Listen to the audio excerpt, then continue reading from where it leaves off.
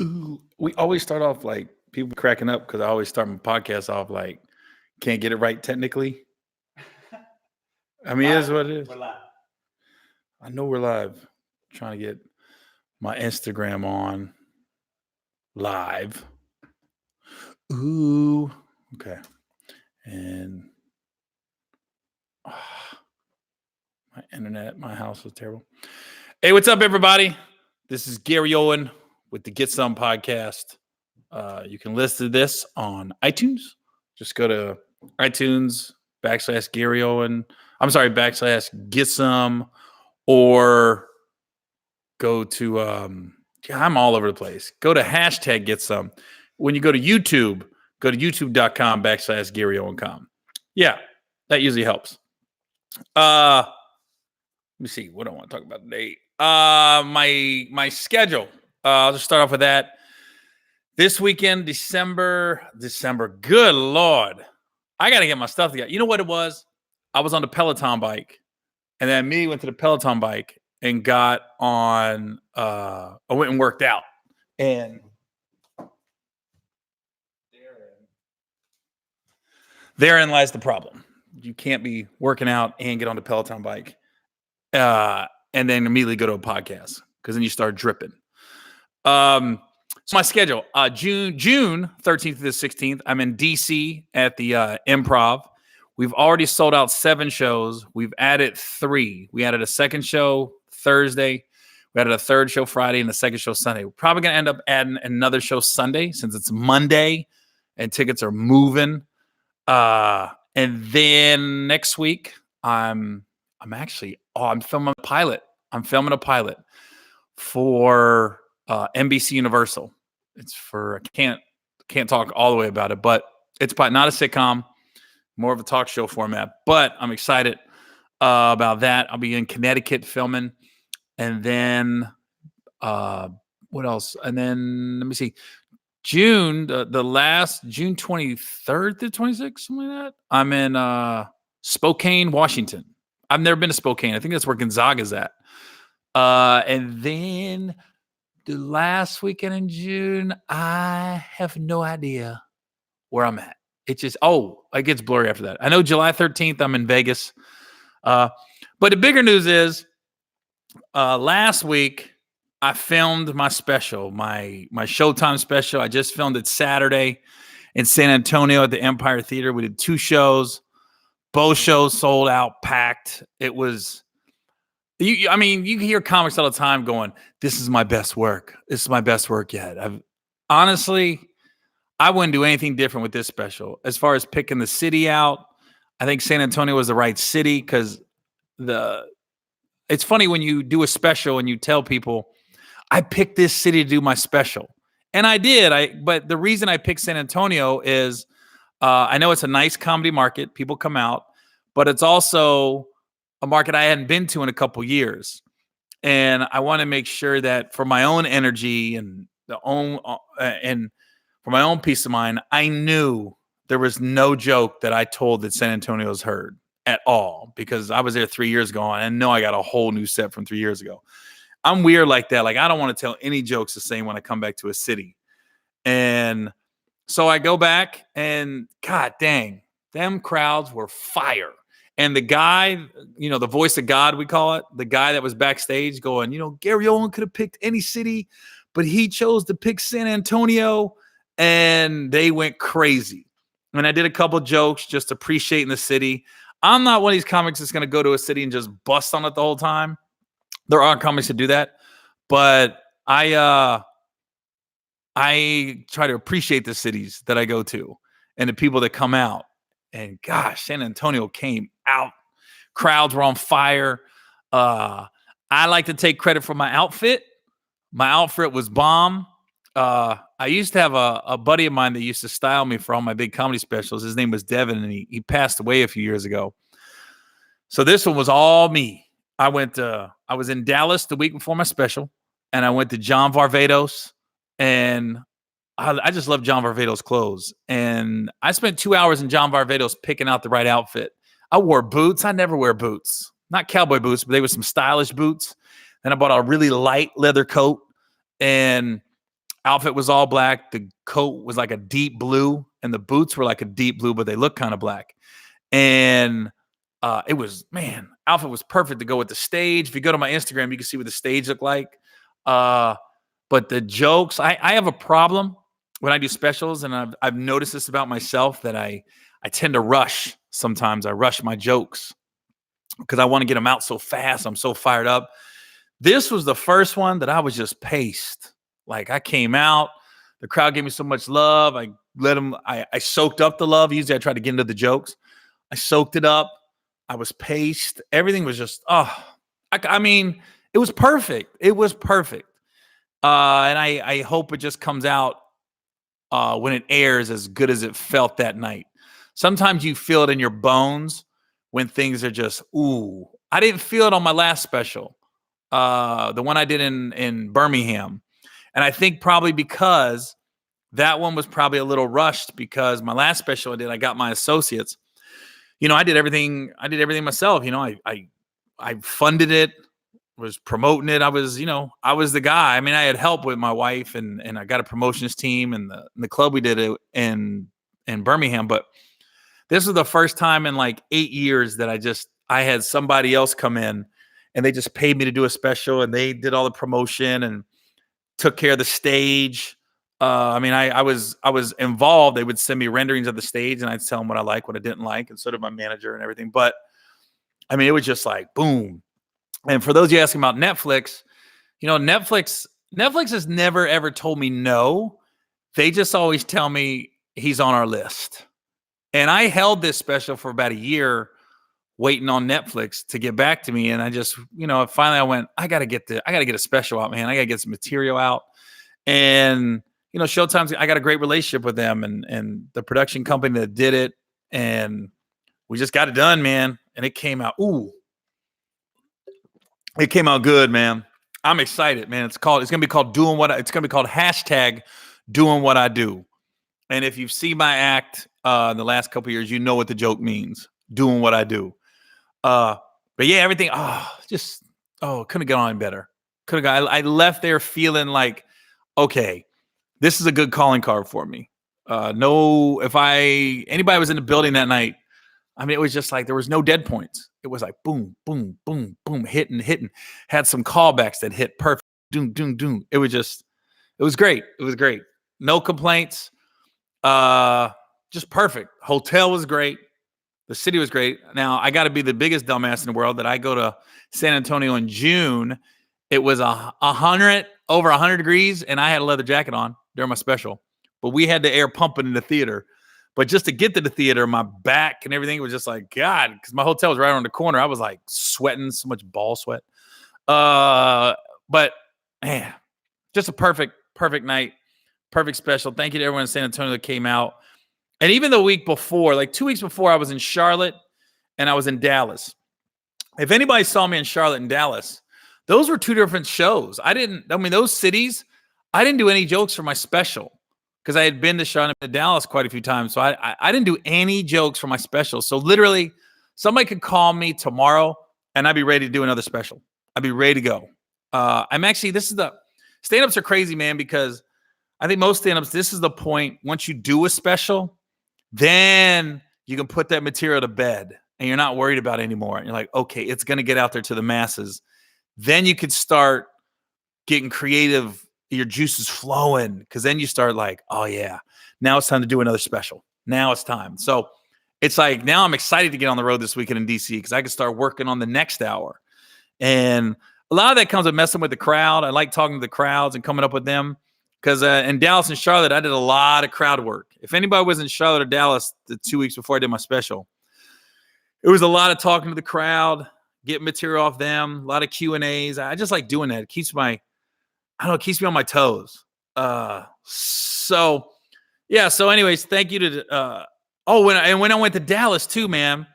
Shouts out to Antoine Woods and Jalen Smith. They both came out to my shows. They played for the Cowboys.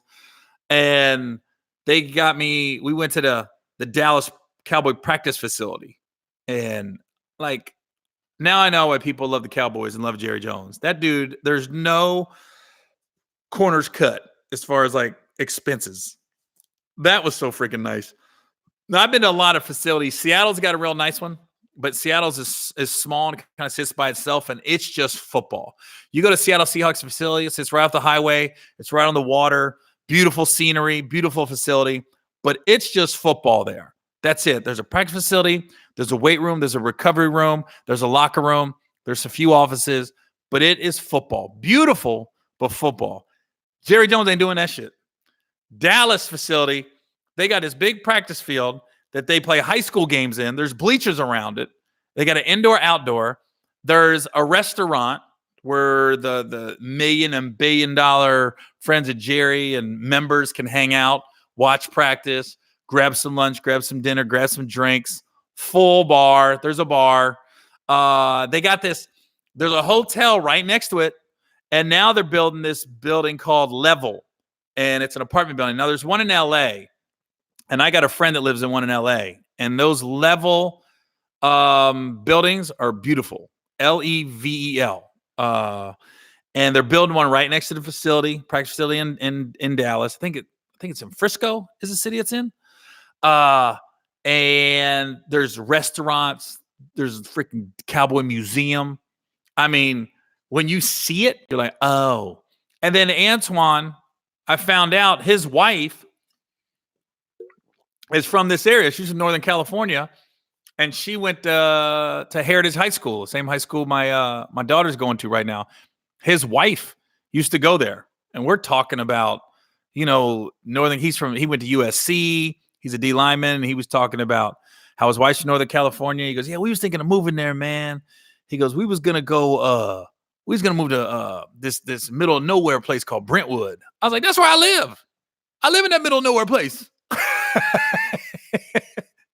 And oh shit, did I just tell about where I live?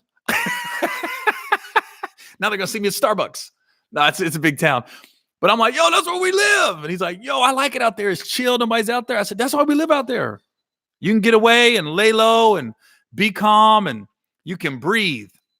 Because now we're getting to know our neighbors too, and it's real cool too out here. So it's starting to grow on me. I was a Cincinnati guy through and through my whole life, but now I'm starting to become a Northern Cali guy. I'll always be Cincinnati. Don't get it twisted. I'm always Skyline, Gold Star, Graders, Montgomery Inn, Reds, Bengals, Xavier Musketeers, UC Bearcats. Now we got FC Cincinnati. I'm always going to be Cincinnati, but I'm starting to love this quote unquote Cali lifestyle. It's really growing on me.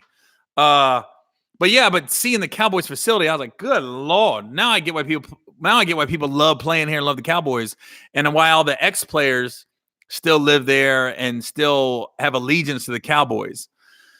And then Antoine told me some stories of what Jerry Jones has done for players once they've retired or gotten into trouble. I'm not going to get into names, but he just broke it down why so many people love Jerry Jones when you play for him. Because he really, if you give everything you got to the Cowboys, and that's what Jerry wants, he's going to make sure he takes care of you when your playing days are over for whatever reason, whether it's injury, just retirement, or some kind of trouble. Like, people love that dude because Jerry got a lot of heat with Jerry Jones got a lot of heat with the national anthem, but then the guy said he sat him down, he sat the team down and explained to them his stance on the national anthem and why the Cowboys are America's team, and they're the most watched. They're the most watched sports franchise of all sports franchises. They're the most watched. So that's why, national anthem, you got people that are serious about that stuff. And especially when you're called America's team, there's more to it. But he said once Jerry broke it down, explained to the players, I was like, okay. Because Jerry got a lot of heat when he goes, you play for the Cowboys, you're going to stand in the national anthem. And honestly, nobody really gives a shit. Nobody does. I mean, all these fake people all upset if people don't stand. It's always like the minority making all the noise. But look, I'm still watching football. Other people were still watching football. I didn't care what Colin Kaepernick did. I really didn't. Like, I'd never been to a football game and looked at the players like, is he standing or sitting? I just assumed if somebody was sitting or kneeling, they're hurt or they're getting taped up or they're getting ready for the game. long as you're playing, I don't care. I really don't.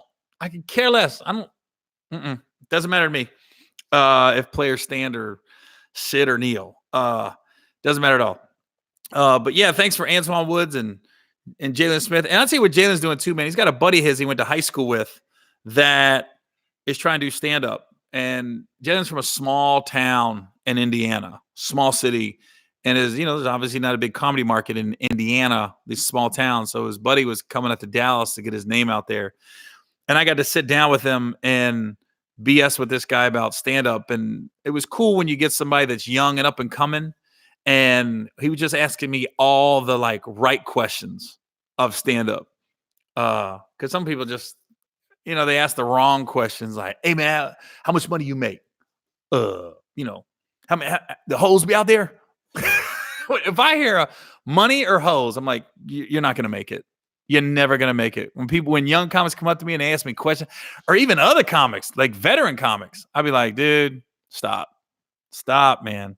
But he asked me all stand-up related questions and any advice on when he should get on stage and what he should do and everything else. And it's like I tell every stand-up, man, when you first start, I miss those days of you were just excited to get on stage. It didn't matter about the money. It didn't matter about how many people was in the audience. You were just excited about the 5 or 10 minutes you were getting that night. And he, I used to do karaoke bars, biker bars, the hood shit. I used to go everywhere. When I first started in San Diego, I tried to get on stage 7 nights a week. And if I wasn't on stage, I was mad. I was like, God dang it. I really want to get on stage tonight. You were just excited. You were excited to see the other comics you were open micing with and everything else. But this guy was asking all the right questions. So thanks to Dallas and Charlotte. Oh, and I'd be remiss. I forgot to mention Tulsa. I went to Tulsa, Oklahoma for the first time. And I've done University of Tulsa twice in my career. But this is the first time I did a show for the public in 20 years. And I did 4 shows, Tuesday and Wednesday. And those shows really helped. Excuse me. They really helped hone my special in because Tulsa saw a preview of my Showtime special. But I went to Black Wall Street. And a lot of people a lot of people know the story. They don't. But I don't know how this story hasn't been made a movie yet. And I'm sure it's going to because in 2021 will be the 100-year anniversary of Black Wall Street. And I had this girl that worked at the Black Wall Street, historical building, museum. I don't know what you want to call it. But she gave me a breakdown of what it was about and how it was a 36-hour just crazy where white people were rioting and looting. And I guess Black Wall Street was 36 blocks in Tulsa. It was just all Black-owned businesses. It was Black doctors. It was Black lawyers. It was Black restaurants. It was Black bars. It was Black grocery stores. It was at Black pharmacy. Everything was Black-owned. So there was Black people in 1920, the 1910s, 1920s that were flourishing in this country in their own almost bubble. And the story that she told me was a Black teenager boy and a white teenage girl got caught together. They didn't do anything. They just got caught together in the building. And this mob showed up because they wanted to take care of this Black teenager because he was with a white girl. And the sheriff was protecting the Black teenager. No, you're not. She doesn't want to press charges. No. And this mob they kept just showing up, and it would gotten to thousands. And it's funny how nowadays, every time you hear a looting and rioting, you think of Black people when things go wrong. In 1921, it was white people that did it to this Black community. And they weren't just looting, they were murdering people in the street. If you just sit on your front porch, they just drive by and shoot you up. And looting the Black-owned businesses. And so it was 36 hours, and there's a lot more to the story. But what she told me that was killing me, what I was like, whoa, I've never heard that side of Black Wall Street. Was she goes, years after this event happened in 1921, years after Black Wall Street went down, there'd be Black women walking down the streets of Tulsa, and they see a white lady with like pearls or a ring on or a necklace. And the black woman's like, those are mine. Like your husband went in and looted my home or looted my business. Those are mine, or those are my grandmother's. That's my grandmother's ring. And white ladies are just wearing it. I mean, can you imagine the helpless feeling of that? And that's something a lot of people don't talk about, is the aftermath. And can you just imagine your husband gets murdered and minding his own business, and your house gets looted, and years later you see a white lady walking down the street with your necklace or your husband's watch. Some dude watching your husband's watch. I'm just like, man, that's a part of that story that you don't hear about a lot. So yeah, Tulsa was interesting to say the least. And it was a clean city too. It was a clean city. So I guess the big news is I'm going to get into the NBA Finals. It's Game 5 tonight. But before that, man, listen, thoughts, prayers, well wishes. It goes out to David Ortiz. He got shot the other day in Dominican Republic, his hometown. He's just at a bar, and he's sitting there, and they got it on video. David Ortiz is a baseball player. He used to play for the Boston Red Sox. Big Papi. Big Papi's the guy when the shit happened in Boston, the marathon, he literally got in front of the entire stadium and goes, "You don't fuck with Boston." I was like, God damn. He was sitting in a bar, his hometown, relaxing, good night. I don't know if it's Saturday night or Sunday night. I think it was Saturday night, late Saturday night. Like somebody just came up behind him and shot him in the back. And then, thank God it didn't hit any vital organs. But the video, you see David Ortiz go down and people scatter. And then the ambulance comes in. Thank God he's okay. He's in stable condition and everything. But they found the guy that shot David Ortiz. The public did. They beat the shit out of him so bad. And it's on video of them beating him. And it was basically now, but the cops came and now he's in custody. He's all bandaged up. But they fucked that dude up that shot David Ortiz. You wish you see that a lot in Central America. You see these people that murder or go after the wrong people, and then they get handled by the streets, literally the streets. You wish that would have happened to Nipsey Hussle's killer. You wish somebody would have just pulled him aside and caught him up, and then have the whole city of Compton just handle that business right there. Because that's the first thing that popped in my brain is, I guess we'll find out eventually why he came after David Ortiz, but the mob mentality and the street justice that handled that dude. Oh, at first you feel sorry for him if you don't know what he just did, because he's kind of helpless. He's sitting there and he's getting kicked in the head. He's bleeding everywhere, and they're speaking Spanish. I don't speak Spanish, but they're fucking that dude up. And the first thing I thought of, man, why couldn't that happen when the dude shot Nipsey Hussle? Why couldn't God, it just, I wish we had that mentality more like Central America. You just, let the streets handle it. Yeah, we're good. The cops don't need to do nothing. Yeah, so thoughts to David Ortiz. I'm glad he's pulling through and everything. He's just like one of the good guys in baseball. Made baseball fun to watch. And he was a fun interview. So Game 5 is tonight, NBA Finals. Rumor is Kevin Durant's returning.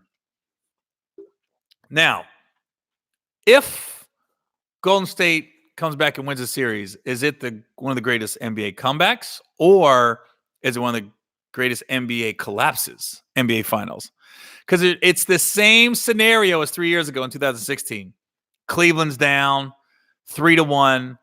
The only difference is Cleveland was competitive in all those games that they lost. If you really think about it, Golden State hasn't been super close in any of these games. Even the game they won, they almost lost that one. So Toronto could have this wrapped up already. It could be 4-0. Golden State, they really weren't threatening. You never felt like, oh shit, this is going down to the wire. Any game 1, game 3, game 4. Toronto, you always felt like they had it. You kept waiting for Golden State to make a big run, but This series reminds me more than any other series, the 2004 Pistons versus Lakers series, when the Lakers had Karl Malone and Gary Payton, and they had signed Brian Russell, and they had Shaq, and they had Kobe, and Pistons have Rasheed Wallace, Chauncey Billups, Rip Hamilton, Tayshaun Prince, and everybody thought going into that, they thought, oh, Lakers going to sweep them or beat them bad. And sure enough, nah. I knew after game one, I go, oh shit, Detroit's here to play. And it was similar. Like Detroit had that series in hand every game. And the one game the Lakers won, they won game two, and it was close. But every other game after that, you were like, they weren't really in it. And Golden State hasn't really been in it. And it's similar because Durant's been out. Karl Malone was out that series. Now, granted, Karl Malone was not Kevin Durant because Kevin Durant's in his prime. But still, it takes a hit because you have chemistry and you got a certain flow and everybody knows what their jobs are. And now if Durant comes – now let me ask the public this. If Durant comes back, is it taint Steph's legacy at all if they come back and win the series with KD? Because it just certifies KD as motherfucker, I'm the best on the planet right now. But I've never seen a team – to have one player change the team like that with like Toronto with Kawhi Leonard. And people don't realize this either, how similar it is to 2004. Remember the Pistons just got Larry Brown? He left Philly and he went to Detroit. And last year, the Raptors, they got rid of Dwayne Casey and they bring in their coach, the new coach. It's like, it's so similar. It's eerie the way it's played out. And I've noticed this. Now, I said this on my Instagram page too. So before game one, the entire country was like, Golden State's going to win. Toronto doesn't stand a chance. And then, so basically the whole country's trolling Toronto. They suck. Toronto in games one. Then Drake starts going in on Golden State. You know, he's talking shit to Draymond. He's selling Steph Curry's lint on eBay and stuff. I'm like, when he picked his hair, I'm like, he wears Del Curry's jersey. What happens? Golden State win games two. Then after they win game two, you see Kevin Durant and Klay Thompson trolling Drake on the way to the locker room, like, see in the Bay, Aubrey. See in the Bay, Aubrey. What happens? Toronto wins game three. Then after game three, Draymond Green goes on an interview and goes, nah, we ain't worried about it. We gonna win. Yeah, we're gonna win game four at home. Then we're gonna go to Toronto in game five. Then we're gonna win game six, and we're gonna celebrate in the Bay. And I was like, oh shit. And he just trolled. And look what happened. Toronto wins game four. Now we go into game five. Drake immediately starts trolling Golden State. Bay Area, yay area. And I go, oh shit, don't do it. And then just as I was thinking Golden State's got it, Drake trolled. Oh, Klay Thompson had to do the Kawhi Leonard laugh in an interview.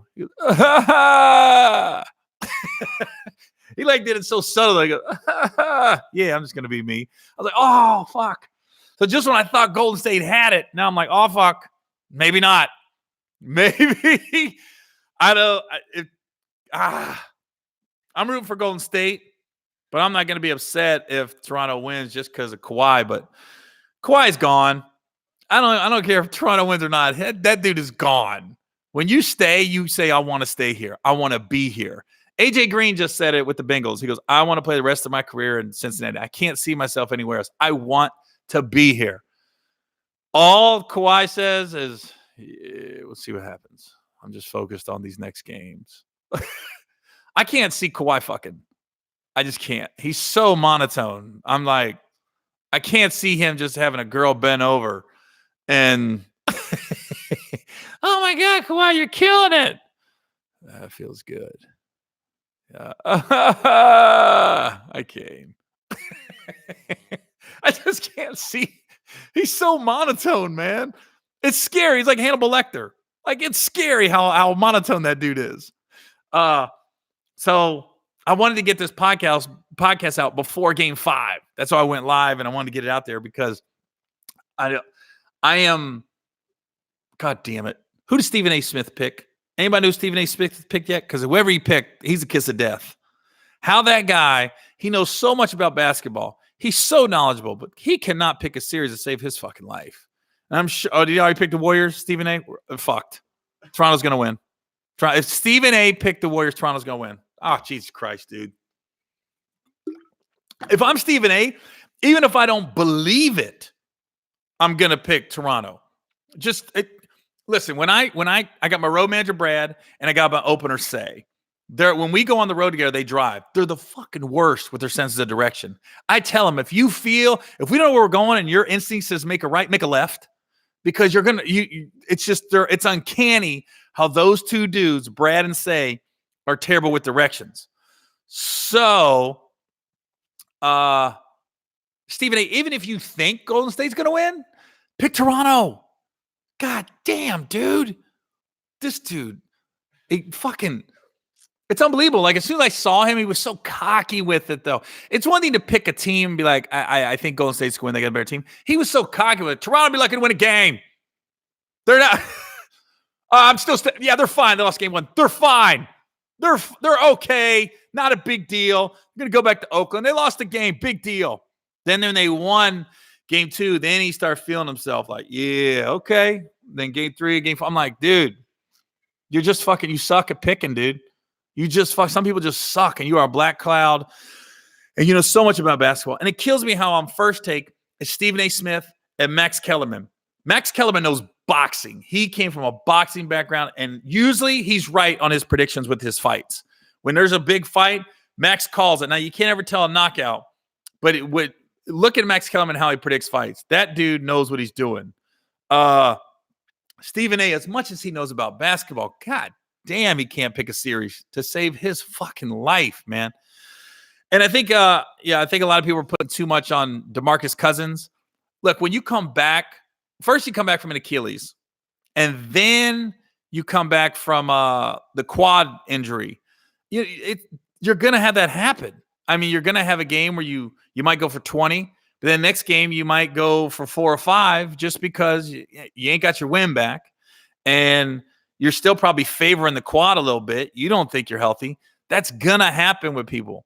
That's why if Durant comes back off that injury, I'll just be telling people, be prepared that he might go off one. If Golden State keeps winning, Durant will go off one game, I'm sure. But there'll probably be a game where he's off a little bit. And hopefully that's game 6, because I think Golden State's got a better chance of winning there. And just be prepared. That happens when you come back from an injury. I mean, you're talking to a guy that I've had 2 ACL reconstructions. I mean, you just don't trust your leg at all. Come back from even a hamstring. Like I'm fucking old, but I pulled a hamstring playing softball. I'm just in the outfield, running down a routine fly ball. Like or I stopped playing softball, man. I kept getting hurt. My hamstring kept pulling. One, I'm not that flexible, but you just don't trust yourself to run fast. Whenever I get with a trainer to this day, if I'm working out, I go, just be very careful of me running sprints. Don't be going 100%. I said, my hamstring, I don't trust it. Something I said, I'm like that since I caught crabs. That's fun. That's the beauty of going live. These comments are hysterical. So just be prepared. I mean, Kevin Durant coming back. Now, if Kevin Durant comes back and has 3 games where he plays out of his mind and goes for 30 and 10, I'm like, okay, he's the best right now in the league. Because right now, Kawhi is definitely the best. He's taken over the mantle of, I always say LeBron's the best by far, but I don't even know if LeBron could do what Kawhi's done with this particular Toronto team.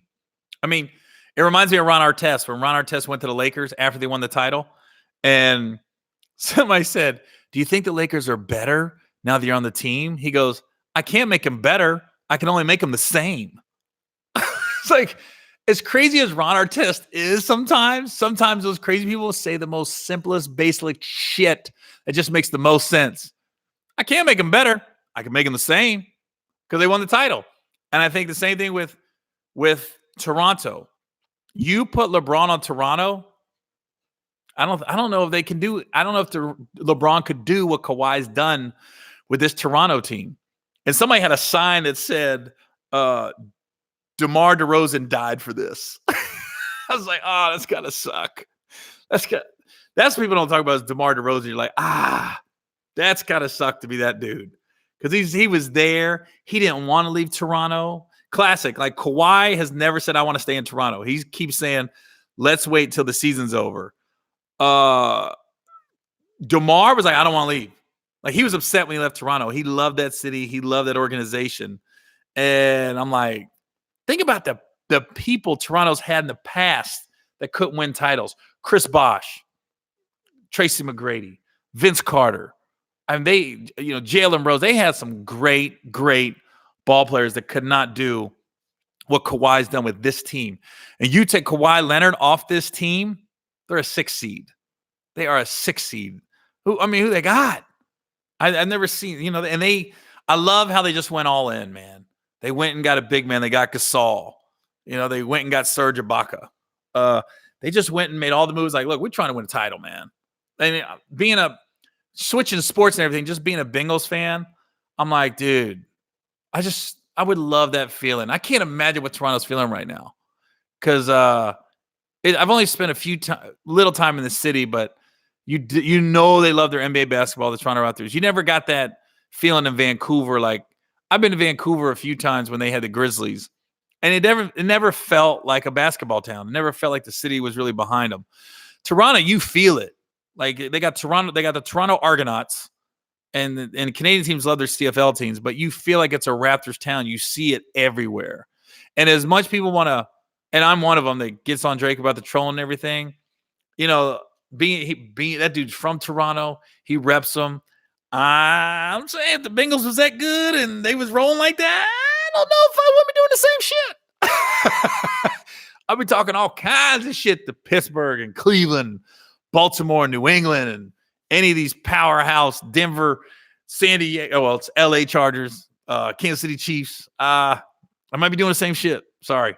Might be doing the same shit. So as much as I'm on Drake, I'm like, I get it. And that dude is like a minority owner of the team. Like he put his money where his mouth is. Like he's like, I'm not even mad at him for all the shit he's done.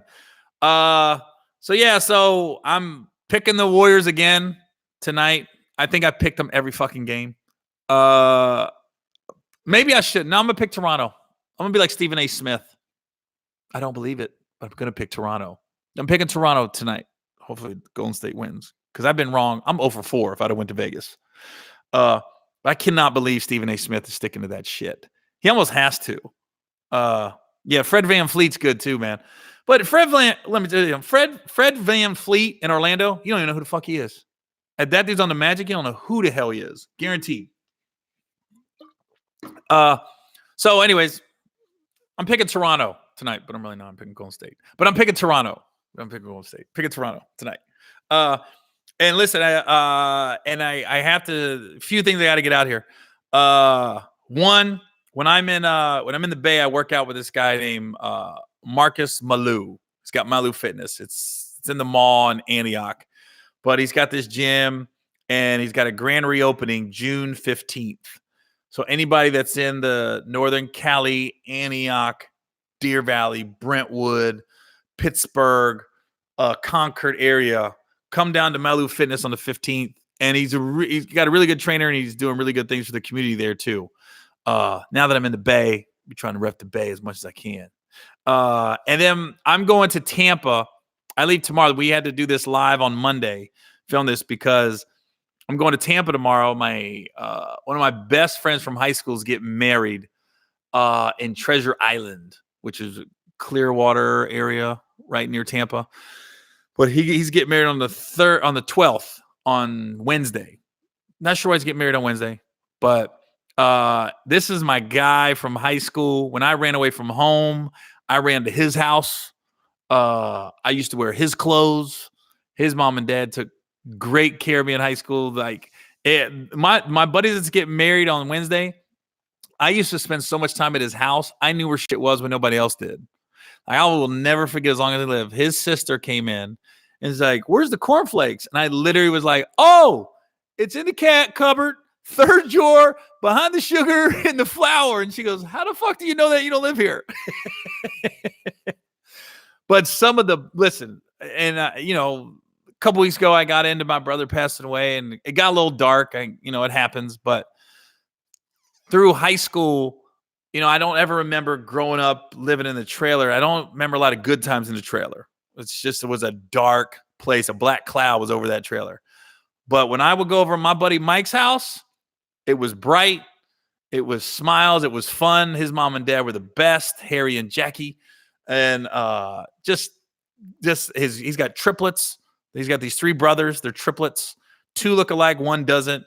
Just from day one, that family always took me in. And their house was, I think it was literally like 400 yards from the high school. So 9th, 10th, 11th, 12th, I get out of high school, I just walk over to the house. Whether Mike was there or not, I would just walk in, just hang out.